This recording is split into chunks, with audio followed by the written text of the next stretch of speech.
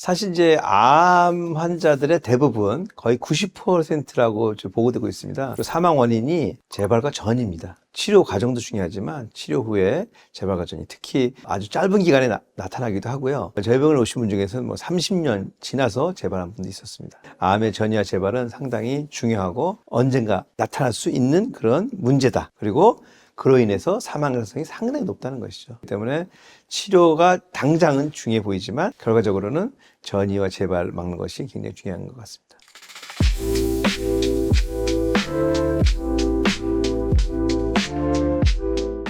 그런 연유로 인해서 여러 가지 치료법이 있죠. 기존 이제 의료 치료의 경우에는 국소 치료를 통한 것으로는 수술, 그 다음에 방사선. 이것은 이제 국소 치료거든요. 전이 치료가 아니고. 그래서 전이가 많이 돼 있으면 수술 안 해주잖아요. 마찬가지로 방사선 치료도 전이가 많은 경우에는 할 수가 없습니다. 해봐야 나머지 부분이 문제가 되니까. 반면에 그 항암제 치료는 전신 치료에 해당됩니다. 전신에 있는 여러 암들 다 공격 대상으로 삼을 수가 있는데요. 문제는 우리 몸의 면역도 건들 수 있다는 것이죠. 그러니까 적도 죽이고 나도 죽이고.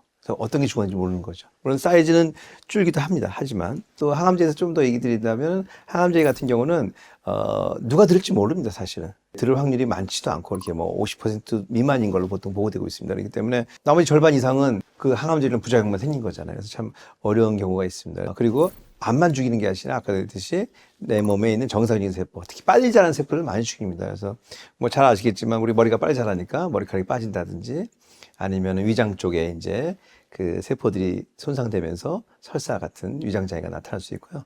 무엇보다 중요한 것은 우리 몸의 조혈 기능이 문제가 된다.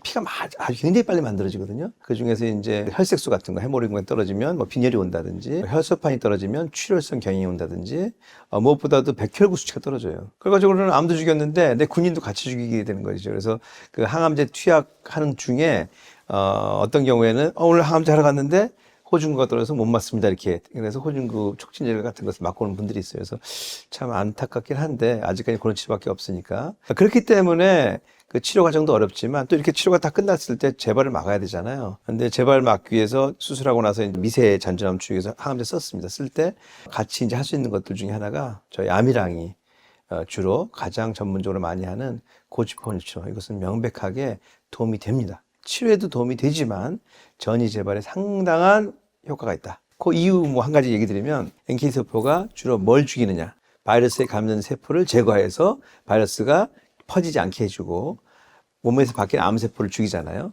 NK세포의 단점이 뭐냐면 수명이 짧아요. 만들어지면 한 일주일밖에 못 살아요. 정상적인 상태에서.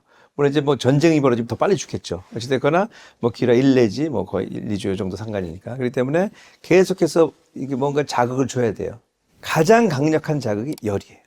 열에 대해서 너무 많이 알잖아요, 일반인들이. 1도만 올리면 면역이 올라간다. 왜 올라가지? 그 기전 중에 하나가 바로 이 NK세포. 물론 다른 그 세포들도 호중구도 올리고 다 올려줘요. 그래서, 아까 그 항암제 얘기 드렸는데, 항암제 할 때 호중구 떨어져서 호중구 촉진제 맞잖아요.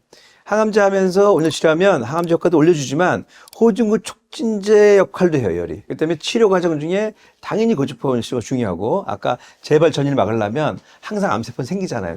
퍼져 있는 것도 있고 그걸 막기 위해서는 온열 치료를 한다. 온열 치료하면 그 면역 체계를 올려주고 그 중에서도 NK세포도 올려주니까 걔네들이 하는 역할 암세포 제거하잖아요. 당연히 되는 거죠.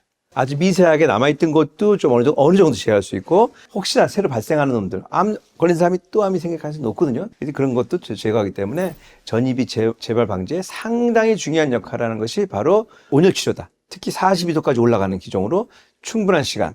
항상 우리 암 환자들한테 치료 끝난 걸로 끝내지 말아라. 끝난 게 아니다. 이제부터다.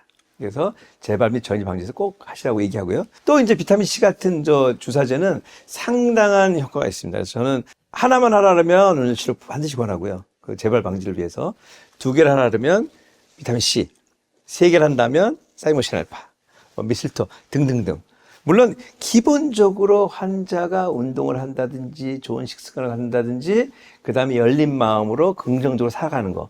이것이 가장 중요해요. 잠 잘 자야 되고 이런 것들, 배변 잘해야 되고 이거는 기본 환자목. 그다음에 나머지는 내목, 암이랑 목. 그 중요한 것은 이제 그만큼 합이 맞아야 돼. 아까 의료진과 합이 맞아야 된다 했잖아요. 마찬가지예요.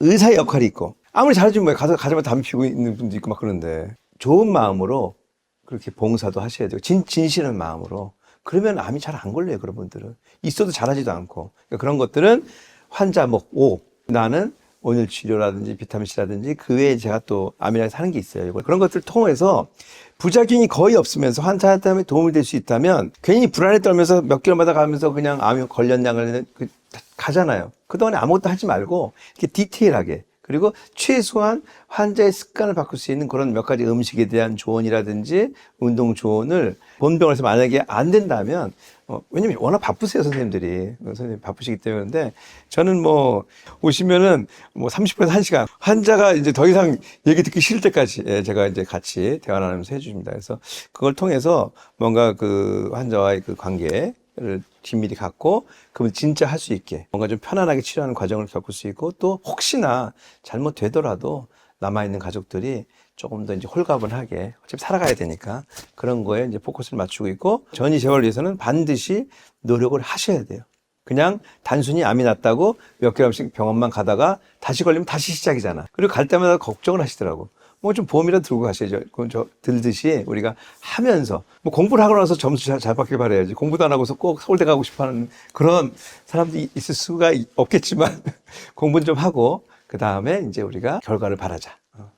유식한 말로 진인사 대천명이다. 뭐 이렇게 마무리하도록 하겠습니다.